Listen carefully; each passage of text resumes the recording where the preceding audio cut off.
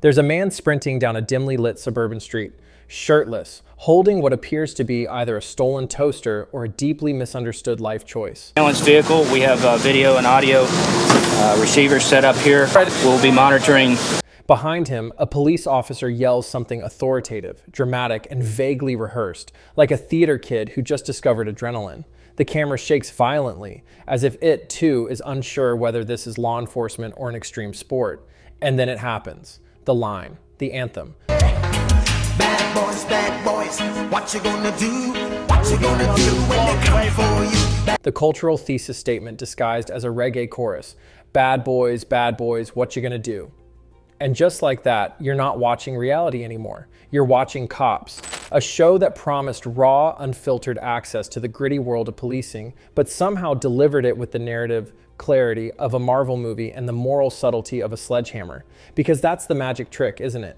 Cops didn't just show reality. It curated it. It packaged chaos into neat little... Runs inside there, right? Yes, well, and I guess that's what you saw? Yes. Well, he's running. 22-minute morality plays where the good guys always had badges, the bad guys always ran poorly, and the audience always knew exactly who to root for before the first commercial break. It was supposed to be documentary. It felt like destiny. But here's the question nobody asked at the time. Come here. Oh, man, I stopped you. I know who you are. If reality needs a theme song, a camera crew, and suspiciously convenient timing, is it still reality? Or is it just really committed theater with handcuffs? Because what started as a groundbreaking window into real police work slowly turned into something else entirely. Something stranger, something messier, something that in hindsight feels less like a documentary and more like a very long audition tape for the concept of copaganda. And the craziest part, for decades we didn't just watch it, we believed it.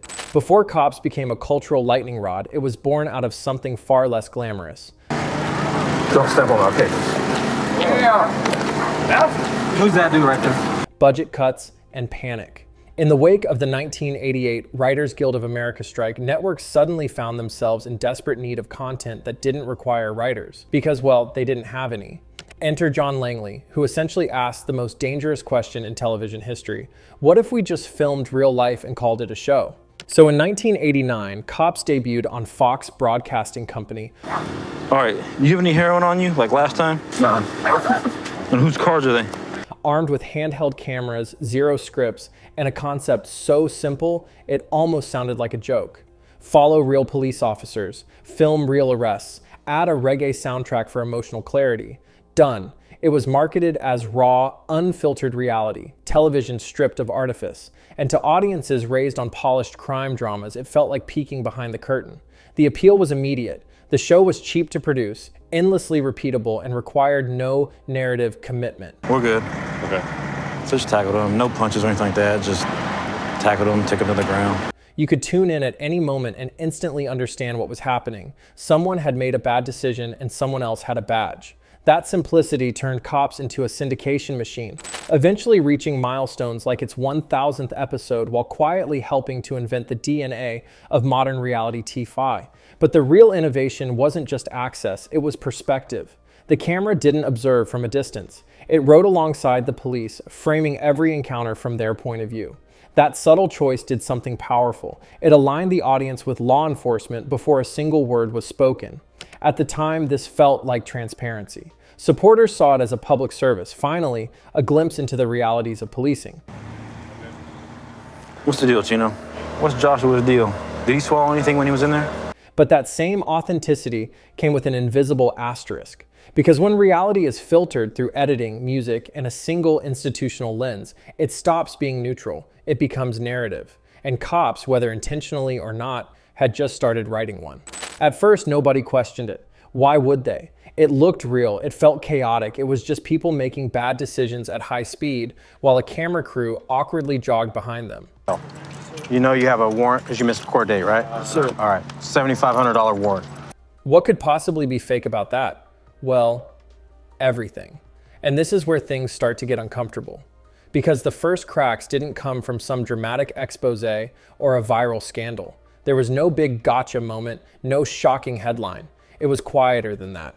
Researchers, boring, academic, definitely not on TV researchers, started noticing patterns, weird ones. Violent crime was everywhere, far more than in real life. Minorities showed up disproportionately as suspects,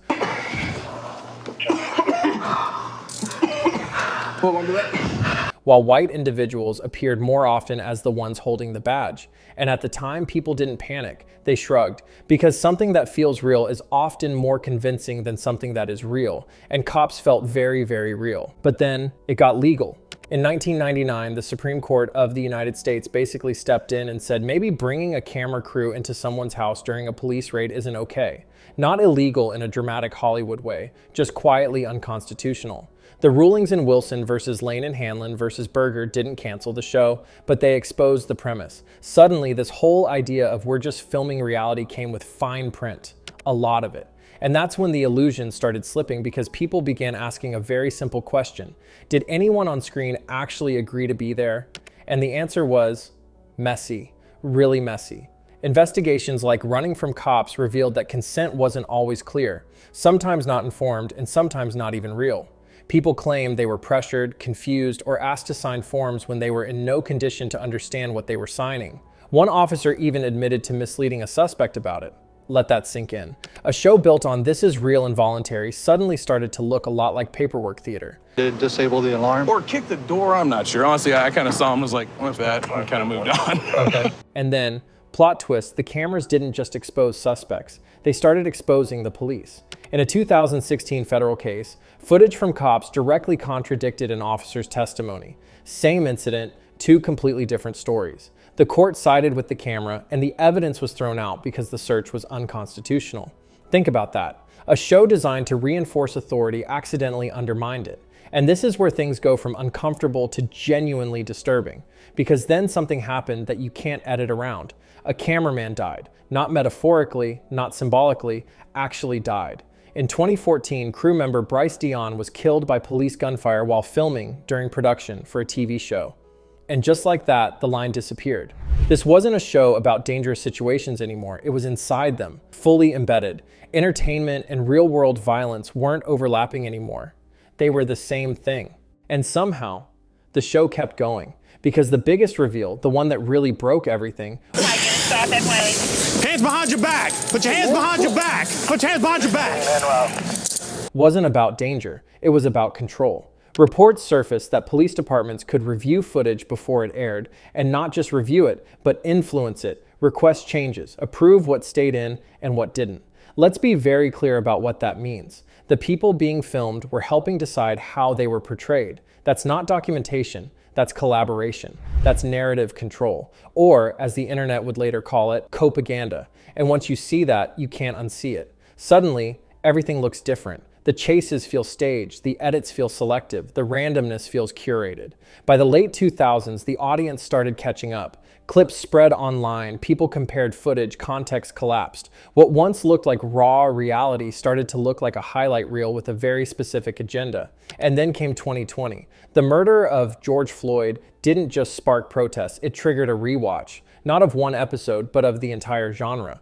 Because suddenly, shows like Cops weren't just entertainment anymore. They were part of the conversation, part of the perception, part of the problem. And after more than 30 years on air, Cops didn't get a finale. It didn't get closure. It just disappeared, quietly pulled. Because the biggest twist in Cops history wasn't a chase or an arrest. It was the moment people realized they might have been watching a story that was edited long before it ever aired. So here we are, decades later.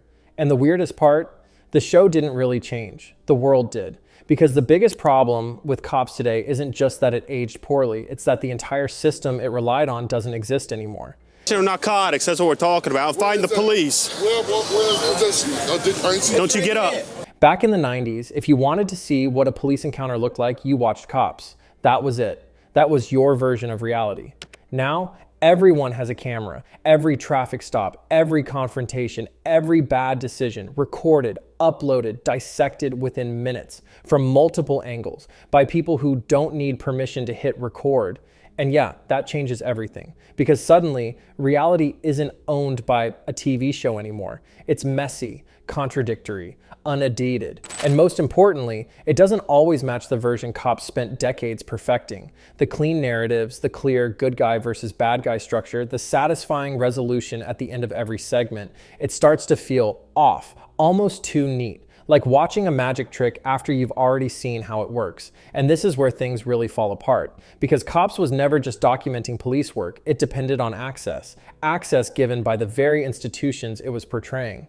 And as we now know, that access came with strings attached. Editorial influence, selective footage, an unspoken agreement that certain things just wouldn't make it to air, not because they didn't happen, but because they weren't useful to the narrative. Big passenger in the front seat was covering this up with his hand and busy putting it out in the ashtray. That's not a glitch in the system, that is the system. Think about it. If your entire show relies on police departments letting you ride along, are you really going to broadcast footage that makes them look incompetent, abusive, or legally questionable? Of course not. That's how you lose access. And without access, there is no show. So what you get instead is a version of reality that's been adjusted, slightly, consistently, always leaning in the same direction. And for a long time, that worked. People didn't question it. They didn't need to. But now they do. Not all at once. Not dramatically. But gradually, quietly, as more footage surfaced from outside the show, as more perspectives entered the conversation, as more people started comparing what they were seeing on TV with what they were seeing online, the cracks turned into something bigger. What once felt like transparency started to feel like performance. What once felt like authenticity started to feel like branding. And once that shift happens, you can't really go back. Where'd he go? Where'd he go? 25-4, we got an air unit. We need an air unit. Wrong way on screen. Even the format itself started to feel outdated. Chase, arrest, resolution, repeat. Chase, arrest, resolution, repeat. After a while, it stops feeling like reality and starts feeling like a template. Predictable, almost comforting, which is a strange thing to say about a show built on chaos. But that's what happens when real life gets edited into a formula. You don't get unpredictability. You get structure disguised as randomness. And then there's the internet, which has absolutely no respect for context. Clips from Cops don't circulate as documentation anymore. They circulate as content, meme fuel, looped, remixed, stripped of nuance, turned into punchlines. A dramatic arrest becomes a reaction gif. A chaotic chase becomes background footage for a joke. The show didn't just lose control of its narrative. It lost control of what it even means. So what's left? A show that once defined reality TV now feels like a relic from a time when audiences had fewer questions and fewer ways to verify the answers. A format built on exclusivity now exists in a world of total overexposure. Robbery that occurred, Officer Moore took the report this morning. It occurred on yesterday's date. A carefully curated version of reality trying to compete with actual reality. Raw, immediate, and impossible to fully control. And maybe that's the real problem. Cops didn't suddenly become fake. It just stopped being the only version of reality people could see. There was a moment somewhere between the shaky camera work, the adrenaline-fueled foot chases, and that now iconic bad boys, when Cops genuinely felt like the future of television. Not because it was perfect, but because it was convincing.